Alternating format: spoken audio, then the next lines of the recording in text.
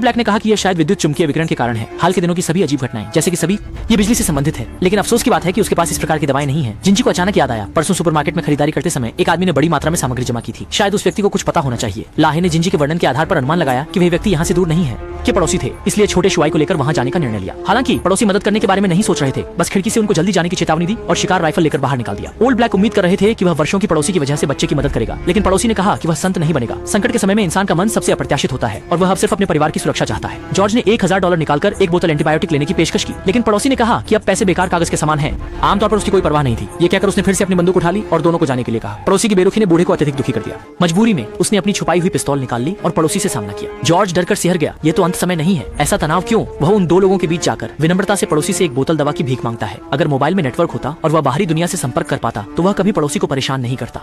George को अत्यधिक दुखी देखकर पड़ोसी को भी अपनी प्यारी बेटी की याद आई और अंत में उसने उन्हें एक दवाई की बोतल देने का वादा किया। दवाई मिलते ही उन्होंने तुरंत उसे छोटे बच्चे को दिया, पर जब वे वापस जाने की तैयारी कर रहे थे तो बुजुर्ग के चेहरे पर चिंता छा गई। उसने कहा, राष्ट्रीय सुरक्षा विभाग के एक दोस्त ने उसे एक खबर दी थी कि विभाग ने एक बार एक प्रयोग किया था जिसमें विभिन्न तरीकों से एक देश को नष्ट करने का प्रयास किया गया था और उसमें सबसे तेज और पूर्ण विधि थी बिजली और इंटरनेट काटना, जैसा कि वे अब अनुभव कर रहे हैं। ये पूरा प्रयोग कुल मिलाकर 3 चरणों में विभाजित था। पहला चरण था अलगाव, लक्ष्य की संचार और यातायात को काट देना, जिससे एक देश बहरा और गूंगा। दूसरा चरण है अराजकता, गलत जानकारी फैलाना, जिससे लोग हमेशा डर में जीते रहें। कोई स्पष्ट दुश्मन या उद्देश्य न होने पर लोग आपस में ही मारकाट करने लगते हैं। इस तरह देश की रक्षा शक्ति पूरी तरह नष्ट हो जाएगी। तीसरा चरण है विघटन। जब लोग डर में होते हैं तब तख्ता पलट सबसे आसान होता है। सैन्य शक्ति रखने वाले लोग सब कुछ नियंत्रित करने की कोशिश करते हैं, असंतुष्ट लोग सत्ता पलटने की कोशिश करते हैं। इस प्रकार देश में लगातार गृह युद्ध होता है, अत्यधिक अराजकता, और यह देश जल्द ही बिखर जाएगा। यह सुनकर गाड़ी में तुरंत सन्नाटा छा गया और तीनों के दिल भारी हो गए। इसी दौरान जिंजी और ब्लैक सिस्टर ने भी एक अविश्वसनीय दृश्य देखा। झील के दूसरे किनारे शहर में एक मशरूम बादल धीरे धीरे उठ रही थी। इस समय शहर का केंद्र कैसा हो रहा है ये पता नहीं, लेकिन बड़े पैमाने पर युद्ध की आग अब टाला नहीं जा सकता। जैसा कि राष्ट्रीय सुरक्षा विभाग के प्रयोग में था, राष्ट्र का अंत आ गया।